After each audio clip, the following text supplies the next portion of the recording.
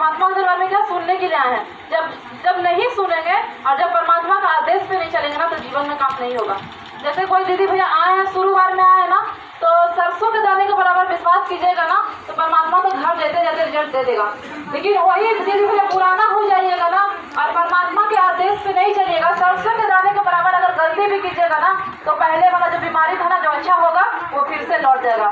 सच में परमात्मा तो बहुत महान है। जैसे अभी भैया बताए ना एगो कि उनका गैस था और नाक से ब्लडिंग आता था, परमात्मा के दरबार में आए तो परमात्मा अच्छा किया। एक दीदी बताए कि उनका पति का ना किडनी फेल था, दोनों किडनी फेल था, लेकिन परमात्मा को दिया में आए तो बिल्कुल ऐसा हो गया। तो बीमारी कैसे आता था?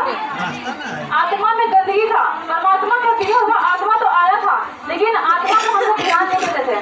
क्या करते थे? संसार में चोरी चुरारी रंगबाजी चुगली चाय लूट खसोट जलन का इज्जत ये सब जो करते थे ना, पाप के कारण क्या था? आत्मा गंदा हो गया था और उसके बाद शरीर में तरह तरह का बीमारी आया था। भैया वचन में क्या बता रहे हैं कि आत्मा परमात्मा का दिया हुआ आत्मा है ना, ये किस लिए आया था? कि शरीर में अच्छे से खुशी आनंद से रहने के लिए। आत्मा को बहुत प्रेम है शरीर से, आत्मा को ना बहुत प्रेम है शरीर से, लेकिन आत्मा के अनुसार चलेंगे तब तो आत्मा हमारा शरीर को अच्छा रखेगा ना। आत्मा के अनुसार चलते थे, तरह तरह का पाप करते थे तो तरह तरह का पाप करते थे ना, तो इसी तरह से रोग और बीमारी आता था। वही आज परमात्मा के दरबार में आए ना तो कैसे ब्रह्मवाणी सुनने से क्या हुआ? प्रेत शक्तियाँ निकला, प्रेत शक्तियाँ ना ब्रह्मवाणी सुनने से निकला तो निकला। उसके बाद हमारा शरीर को परमात्मा क्या किया? अच्छा किया। कहते हैं कि शरीर का मार्गदर्शक क्या है? आँख है, और आत्मा का मार्गदर्शक क्या है? मन। मन है ना, आप जहाँ लेके जाइएगा ना वहाँ जाएगा।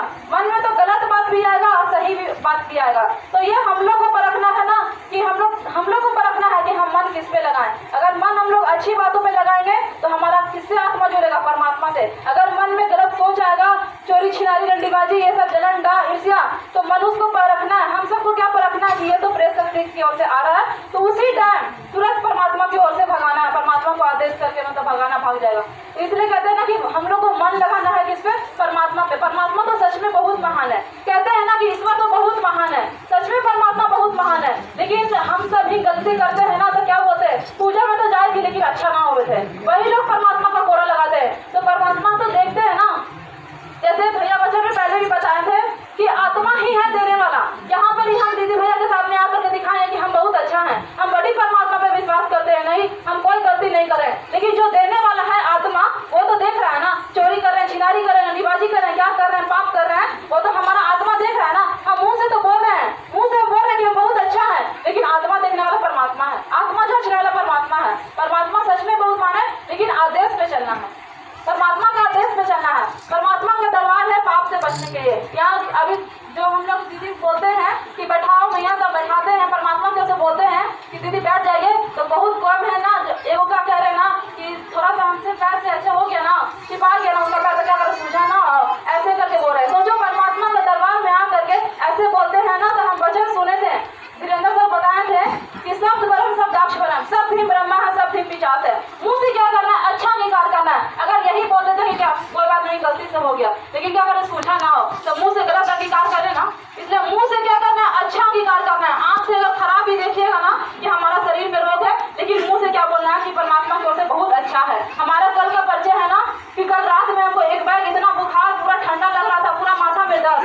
कल का परिचय इतना दम माथा में दर्द है और पूरा दम बहुत ज्यादा बुखार, ठंडापन लग रहा था, पूरा दम शरीर में दर्द, लेकिन एक बैग ऐसे। तो हम बोले परमात्मा मेरे से कहाँ पे गलती हुआ? और हम पहले से बोले थे ना कि परमात्मा का दरबार हमें, हम जाएंगे, दोनों सीटिंग सेवा करेंगे। कभी कभी दोनों सीटिंग आते हैं, कभी एक सीटिंग भी आते हैं, लेकिन हम योजना समझ गए थे ना कि ये प्रेत शक्ति का योजना है ना कि ऐसे कहे ना कि नहीं जाए। लेकिन देखिए घर से आते आते बिल्कुल अच्छा हो गया।